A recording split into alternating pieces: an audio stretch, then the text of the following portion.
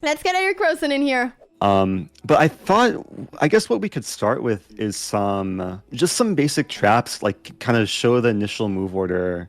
I'm gonna be careful. I don't want to like overwhelm you because when you start learning Spanish, there's so many different branches at every kind of juncture in the opening.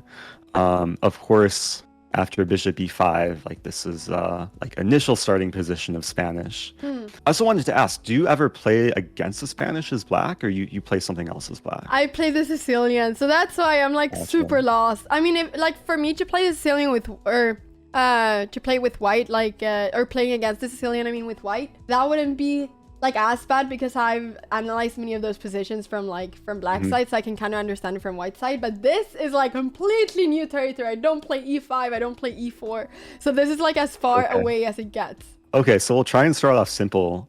Right before we hopped on call, I did a poll with my chat asking like who's played the Spanish for either color, and almost 70% of the chat has never played, like doesn't play it with either color. What? So I think you fit into that group. I do. Yeah, which is kind of surprising. I thought that was a minority though. Yeah, well, my audience, like they like to play the London, they like to play like weird gambits, so maybe it makes some sense. Yeah, so we can start off, I guess, with a few appetizers. Ooh. So we'll try and keep the cooking metaphor.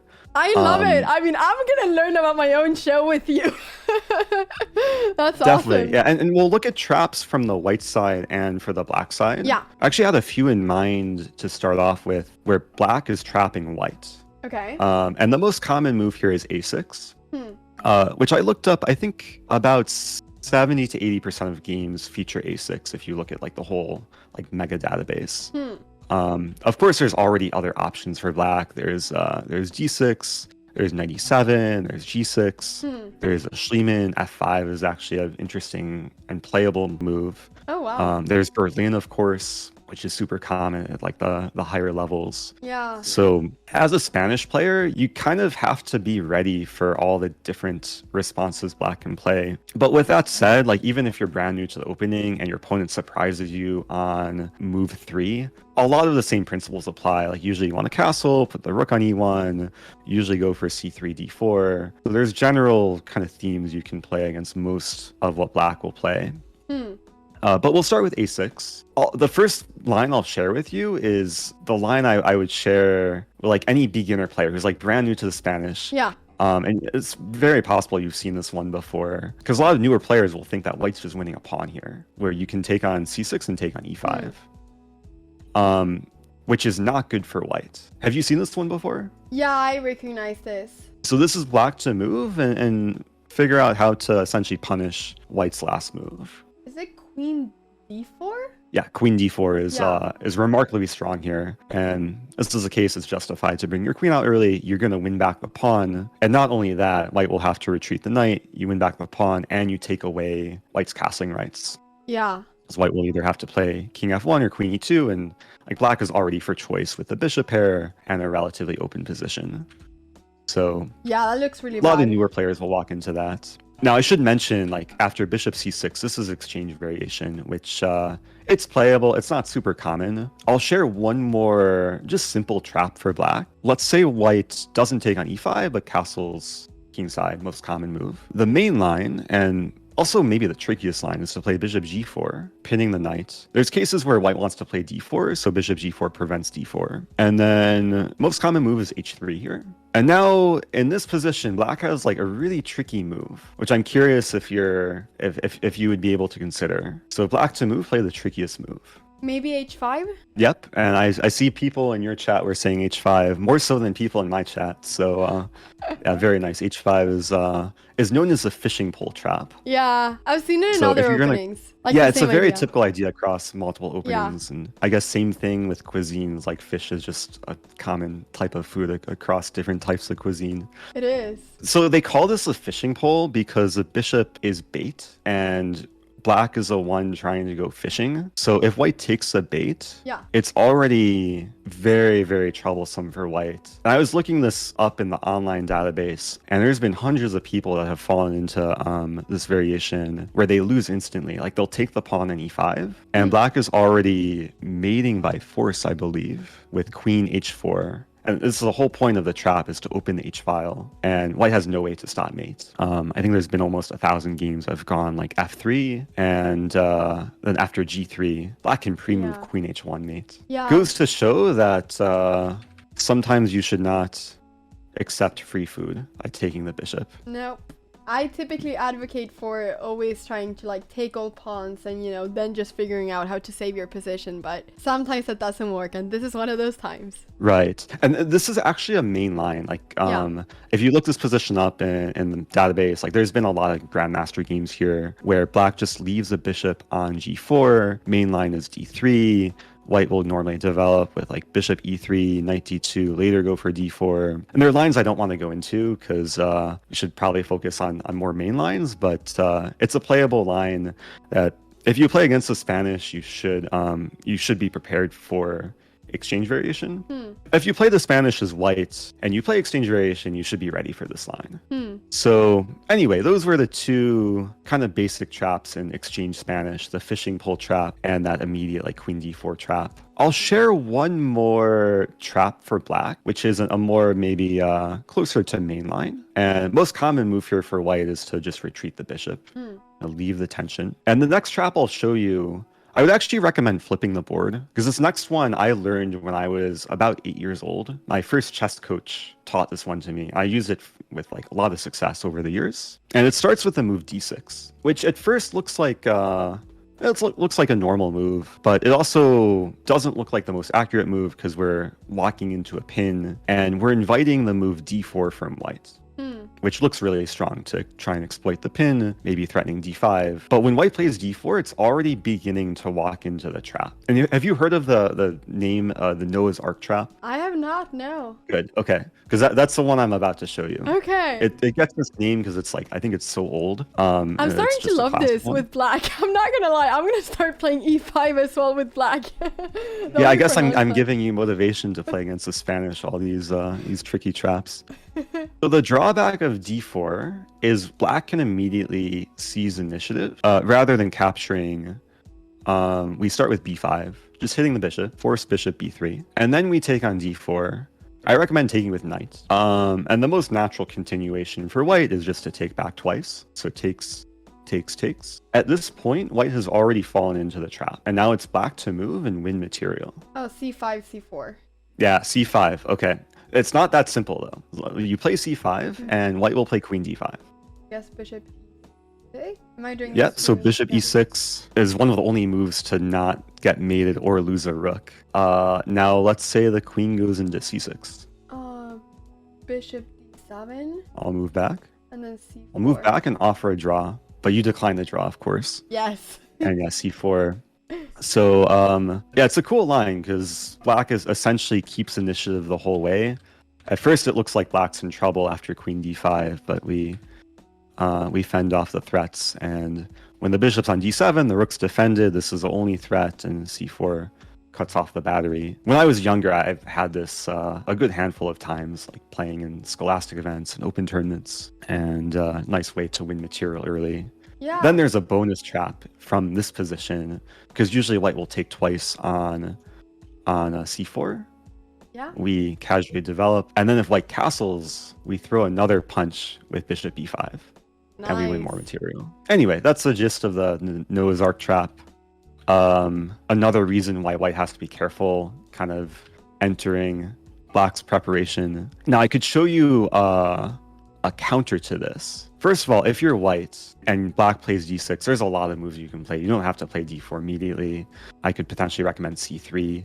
That way you give your bishop a retreating square and your bishop's not getting trapped. But if you go into this line, d4, so what we just saw, trade on d4, queen takes d4 is a blunder.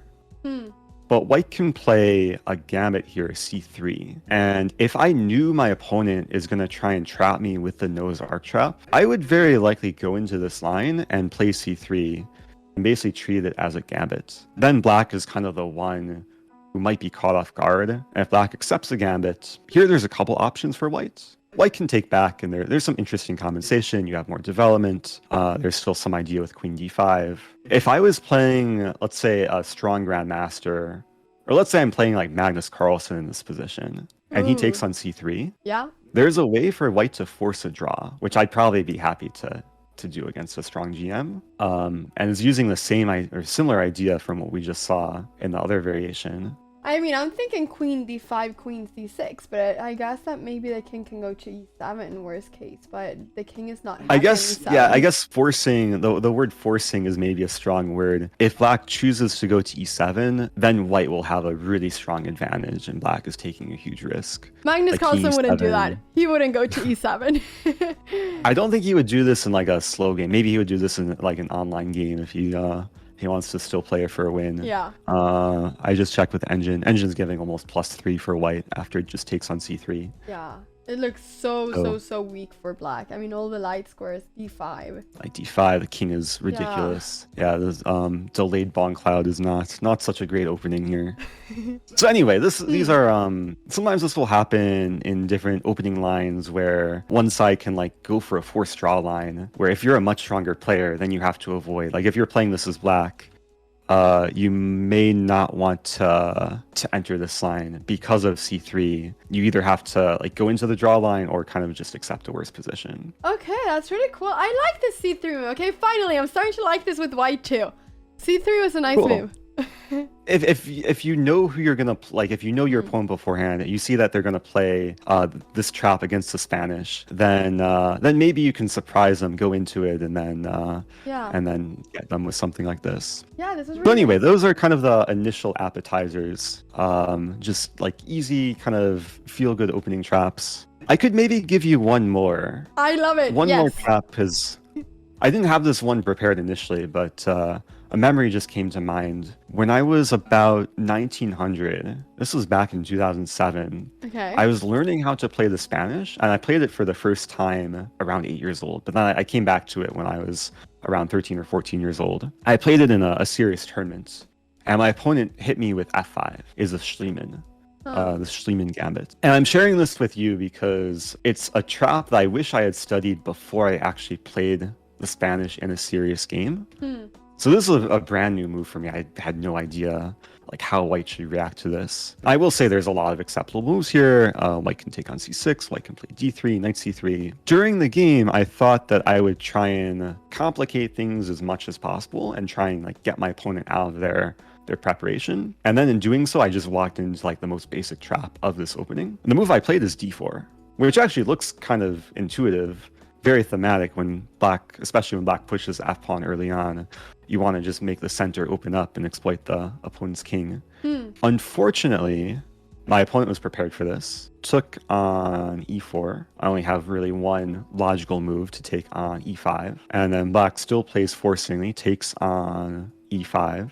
Pawn takes e5. At first glance, this position looks completely fine for white because the king is more exposed, white's ready to castle. But this is already black to move and win material by force. There's a nice little kind of tactical idea from this position, despite black has nothing really developed. I was looking at stuff like c6 and then like queen a5, but that doesn't win material. Because the bishop just goes back to e2. Oh, you want to play queen a5 to win the bishop? Yeah, exactly. Like c6, bishop a4, queen a5. Oh no, it doesn't even win the bishop. You have exactly the right idea. Okay, no, but Anna. you actually, you have the right execution, but the wrong idea. Okay. Usually it's flipped. Like you'll have the right idea, but wrong execution. You're executing perfectly. You just have to see what else is hanging for white. What's the other target in the position? I mean, we have the pawn on e5. Yeah, so when you play c6, you're not interested, of course you're attacking the bishop, but you're more interested in winning the pawn. I was going for big things here. I wanted to win a full piece. Yeah, you wanted the dessert before you eat the appetizer. Yeah, that's true. I was too greedy. Okay, yeah, that makes sense. But yeah, after c6, white is losing material. Wherever the bishop moves, queen a5.